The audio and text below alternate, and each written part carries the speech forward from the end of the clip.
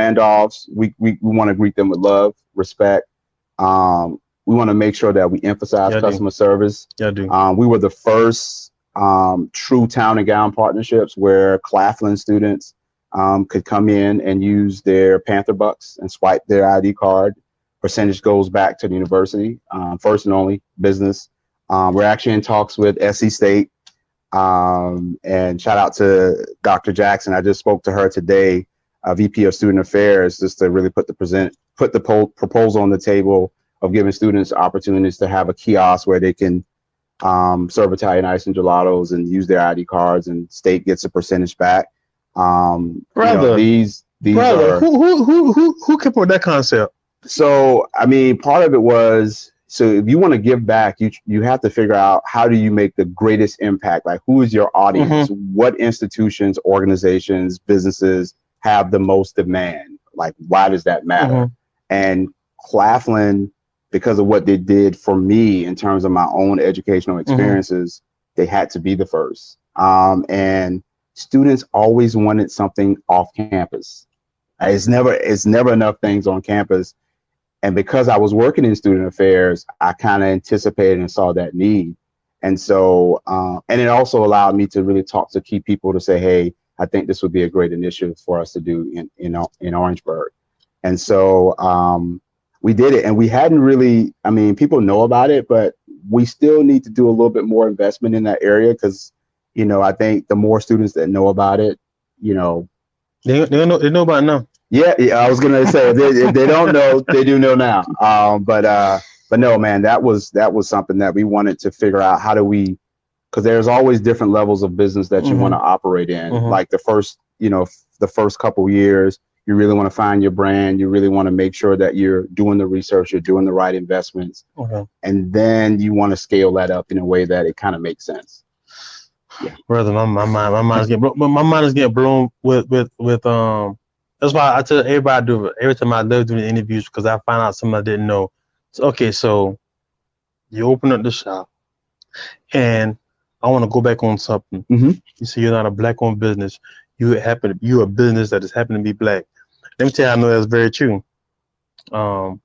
Because I hate to say it, sometimes when it comes to black-owned businesses, sometimes the only patrons are us, and there's nothing wrong with the support. We should pack us out.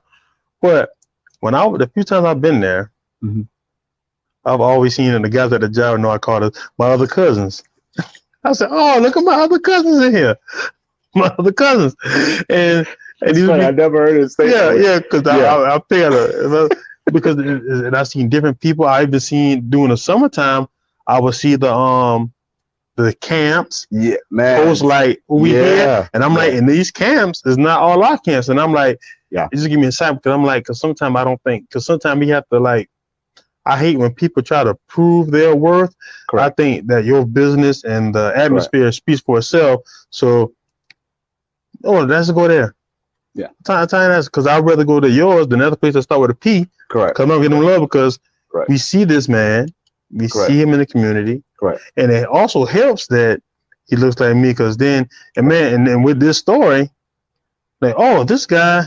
Correct. Hey, Joe, look at Mr. Randolph. Yeah, so you said something, man, that I want to kind of go back to. So about Randolph, so when we started to think about who we wanted to be, we wanted to make sure that we become the best in the industry and get the best, certification standards, etc. So we're certified South Carolina, which means that all of our fruits, our process, we partner with our local farmers. We have a partnership with the State's Farmers Market in Columbia. We hand select our vendors in terms of where we purchase our fruits from. And we're making it from start to finish. So we're not cutting corners. So I want to be very clear because when people think of Italian ice, especially they tend to say, and we just had this happen when we were at State, they tend to assume that that snow cone or slushies is the same as Italian ice, or ice cream is the same as gelato, and they're totally different. And so the care in terms of what we take in our process is something that's important to us. So in order for us to have that particular certification by the Department of Agriculture, South Carolina Department of Agriculture, we have to make sure that we're implementing the highest quality and standards in our process. And so that's the first thing. The second is gelato was something that was a later addition because I wanted people to be exposed to something different. Like we know ice cream, right? We know sorbets, we know sorbettos, we know all of these types of things, but gelato is something different, right? It's different in a way because it's not something that you hear a lot of people talk about. But we wanted to offer something that was premium than ice cream. In Orangeburg. And so the gelatos kind of took off because we were just kind of playing around with them, and they kind of took off. So gelato is a healthier option than ice cream. So it's low in fat. We don't use any added sugars, and it's a different process in general. So when you think about ice cream, you got high saturated fat, you have empty calories. So people who are health conscious, they're always going to want to have something that's healthier. And we're in a society that people are more health conscious, right? So, and the food came later. So we wanted to open year round. So we were like, what could we offer that can kind of be for the winter months? So we had a hot menu that we came out. We did stuffed waffles. We offer Let me tell you something about that hot menu. Let me tell you something about my hot menu. Let me tell you, the only problem I got, and here's my picture. Sometimes, and I understand because I guess the situation, I wish y'all be open a little later. Yeah, so we have certain. So this is how the schedule is right now. We're at 11 to 5. Okay. Because we're kind of on our fall schedule. Okay.